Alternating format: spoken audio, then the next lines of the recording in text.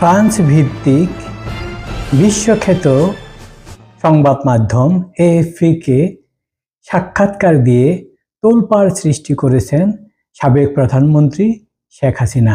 সম্প্রতি দেওয়া এই সাক্ষাৎকারে তিনি বলেছেন, আমি মরলেও দেশে ফিরব। বিশ্বের গ্রহণযোগ্য কয়েকটি সংবাদ মাধ্যমের মধ্যে এএফপি একটি।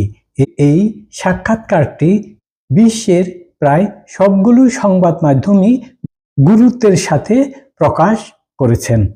শেখ হাসিনার এই সাক্ষাৎকার প্রমাণ করে এবং বিশ্বের প্রধান সংবাদ মাধ্যমগুলো প্রকাশ করে বুঝিয়ে দিয়েছে যে শেখ হাসিনা এখনো বিশ্ব নেতা এবং তারা বিশ্বাস করে যে শেখ হাসিনা যা বলে তাই করে এবং তিনি দেশে ফিরবেন।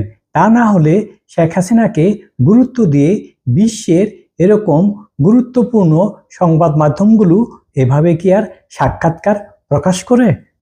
এই বঙ্গবন্ধু কন্যা শেখ হাসিনাকে মোটেও পতিত এবং স্বৈরাচার হিসাবে এখন আর তেমন বিবেচনা করে না। শুরুতে যে বয়ান তৈরি করা হয়েছিল শেখ হাসিনার বিরুদ্ধে, সেই বয়ান নিয়ে এখন বিশ্ববাসী তর্ক করে, প্রশ্ন তুলে, আর এ কারণেই তার সাক্ষাৎকার ছাপানো হয়। সাক্ষাৎকার ছাপানো কিন্তু একটা ছেলে খেলা বিষয় নয়, বিশেষ করে আন্তর্জাতিক মাধ্যমে তারা তাদেরই সাক্ষাৎকার ছাপায় যাদের গ্রহণযোগ্যতা রয়েছে, জনপ্রিয়তা রয়েছে এবং যাদের গুরুত্ব রয়েছে এবং যাদের নিয়ে বিশ্ববাসীর আগ্রহ রয়েছে। সুতরাং বোঝাই যাচ্ছে প্রধানমন্ত্রী শেখ হাসিনাকে নিয়ে বিশ্ববাসীর আগ্রহের কোনো কমতি নেই। তিনি সাক্ষাৎকারে বলেছেন, দেশবাসী তার জন্য অপেক্ষা করছে, তাকে চাচ্ছে এবং তিনি দেশবাসীর সেবা করতে চান। তবে ছাত্র আন্দোলনের সময় যে হত্যাকাণ্ড হয়েছে তার জন্য তিনি দুঃখ প্রকাশ করলেও ক্ষমা চাননি, কারণ তিনি বিশ্বাস করেন এই ষড়যন্ত্র হয়েছে সরকারকে উৎখাত করার জন্য।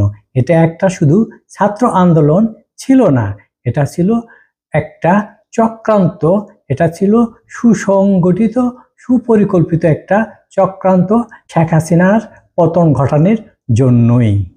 পৃথিবীর অনেক নেতাই ক্ষমতাচ্যুত হয়েছেন, কিন্তু শেখ হাসিনার মতো জনপ্রিয়তাকেও ধরে রাখতে পারেননি।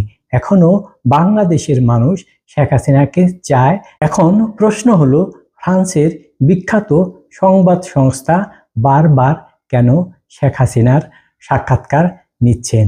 নিশ্চয়ই তাদের এডিটোরিয়াল পলিসি রয়েছে, তারা কার সাক্ষাৎকার নেবেন, কেন নেবেন, কিভাবে নেবেন, তার কথার গুরুত্ব কতটুকু, এই সব ভেবেই কিন্তু বিশ্ববিখ্যাত সংস্থাগুলো সাক্ষাৎকার নিয়ে থাকেন।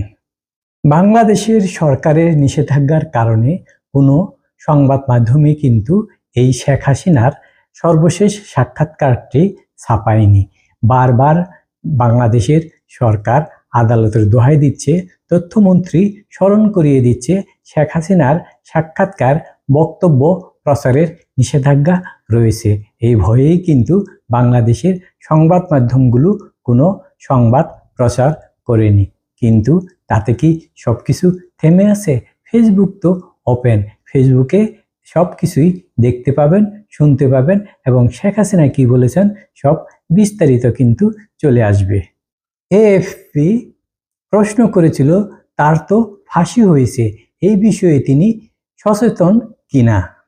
এর জবাবে শেখ হাসিনা দৃঢ়চিত্তে বলেছেন, আমাকে হত্যা করা হতে পারে, আমাকে জেলে পাঠাতে হতে পারে, এরপরেও আমি দেশে ফিরতে চাই, কারণ আমার দেশের মানুষ আমাকে ডাকছে।